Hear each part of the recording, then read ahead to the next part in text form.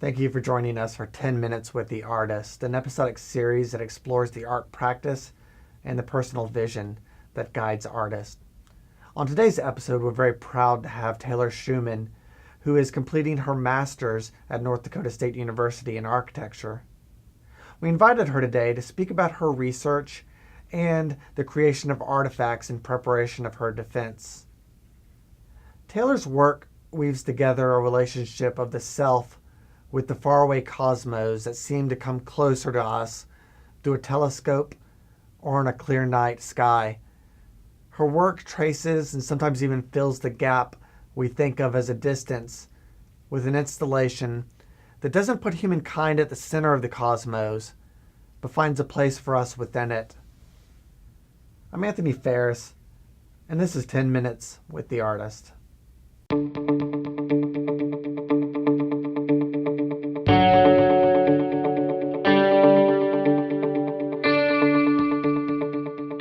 So thank you so very much, Taylor, for coming in today and speaking with us on 10 Minutes with the Artist. So one thing that I think about when I think about sort of our relationship with the cosmos is that in a way it's sort of passive, okay?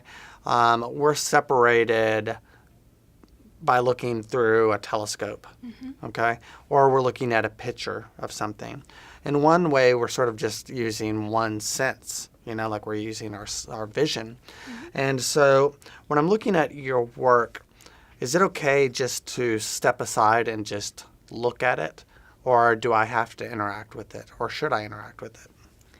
Well, as a viewer, I believe that you don't need to interact with it. You can just observe it and see what you would like to see, and whether that is the cosmos right away or not, I think that is okay. But as the person interacting with the artifact, usually that would be me, I feel that you see a movement or you see a journey that you want to then portray and take yourself, and it will resonate with you longer, I feel, versus if you're just observing. But that's something that I would like to be shown in my artifact and to be, in a way, like, mesmerized by it. So I don't know if observing is the key thing in my artifact, but I do think that participating with it as well as observing, being able to do both, is what I wanted out of this piece. So Okay.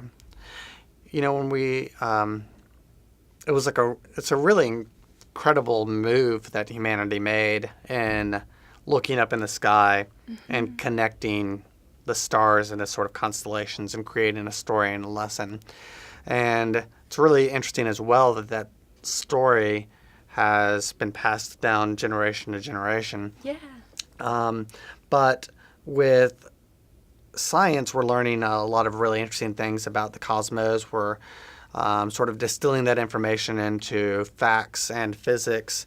And so do you think that science is sort of creating a lack of imagination? Actually, that's a really good point, and before I created this artifact, I did a lot of research on science and the two professions of art and science in particularly, and how in the 17th century that was a one thing. You could be both. You could be the scientist and the artist, but I think that it's important to be able to step back and realize that today, through the telescope, we're distancing ourselves, although we're able to bring the stars closer to us, like the Hubble telescope. We're able to see things that we haven't been able to see before with our naked eye. But at the same time, it's so important to have that human touch. And so they have artists where they will paint over the image that the Hubble telescope has been taken over, just to make it more real and for people to imagine through it and to be able to see through the framework. So I think it's really interesting that even today we're still doing that. It's just not maybe shown to us. So I hope that answers your question. I'm kind of curious if the looms that you've sort of integrated into your work are functional, or if they're just simply there as some sort of metaphor. And if they aren't functional, then And what does that sort of mean? Sure. They could be functional, but I didn't intend them to be used like a traditional loom. But the act of weaving, and the ancient people, the people of South Fork, Colorado, that's where my site is for my thesis. And so what they did is they would use this loom and weave while they're walking on the mountain, and they believed that that was super sacred. And so what I wanted to do was have the act of the loom there, but instead of having them create a piece of fabric, a necessity, it created this constellation instead. And so that kind of brought them closer to the stars. And there are planks, as you've seen in my artifact, that kind of resembled, in my mind, walking the line, walking the edge of the mountain. And so that was something that they believed was super sacred, and kind of going off of their idea of the tip of the mountain and the sky was where the most sacred place was, the in-between. And so they always strived for that, and I just hoped that my artifact could resemble that in a way and kind of bring them together. So. One thing that we do with being able to know so much, and to be able to link stories that may have at one point sort of been disparate, is we sort of create our own personal culture, where we adopt different things. Mm-hmm. So are you sort of adopting these stories and integrating them into not only your art, but your life? Are these... Definitely. I think that it's so important to learn from other cultures and history, and to be able to take that and reuse it in a way. Maybe it's not the exact same way that it was used before, but I think that we have history to learn from it. And I think that learning about this culture in particularly was really fascinating for me, and I hope that my architecture and my artwork can integrate that. So, yeah. Okay. One of the things that I really liked is this idea of being at two places at once, being able to look through the telescope and be in space, or be able to look through the Hubble telescope and our video feed and be not in your present place anymore. It's very omnipotent, but it's also like having a prosthetic. So I don't know if you wanted to talk at all about that sort of idea. Yeah, it's kind of ironic how, you can place yourself into things and you can be a part of something that you wouldn't really see yourself into. You had to kind of live through a story or live through an object to create this. And something that I found ironic through my artifact, through this presentation, is there's a projection of stars that are beside me. And so it's a horizontal vision, or it's a horizontal relationship through something. And it was very interesting. Somebody had to point it out to me as the person weaving through the stars with the looms. I didn't really realize that there's a projection of my shadow onto the stars, and so it literally looked like to them that I was in the cosmos, that I was in space. So that is something that I find really and particularly cool. Yeah. Yeah. That's beautiful.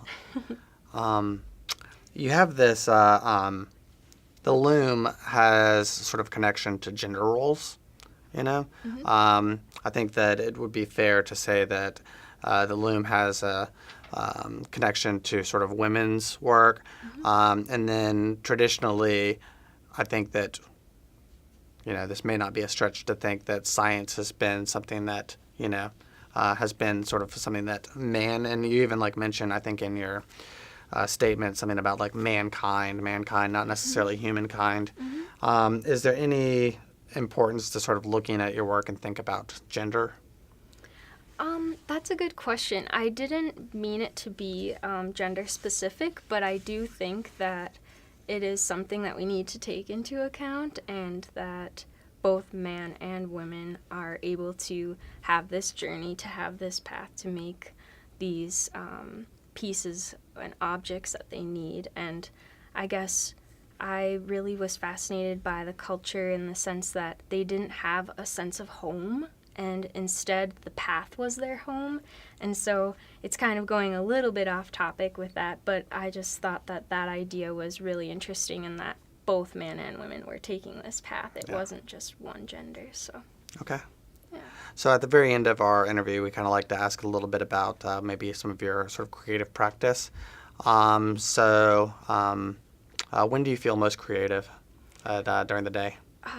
I think it's after the push of the 2 p.m. Like when everyone thinks that they're all groggy and sad, I think that that's kind of the best time to just crank up the tunes and definitely just get a feel, do something to break that pace, and that's when I feel the most creative. So. Okay. Is there anything that you're reading right now? That's a good question. I should be reading more. Right now I'm just kind I like of to ask that question to just make you things. feel really guilty. Yeah, I'm rereading But you need to take some things. time for yourself, okay? Yes. The Cosmos avant-garde Didier Oettinger, he has just one piece in there, and that's kind of a special reading that I keep coming back to. So, yeah.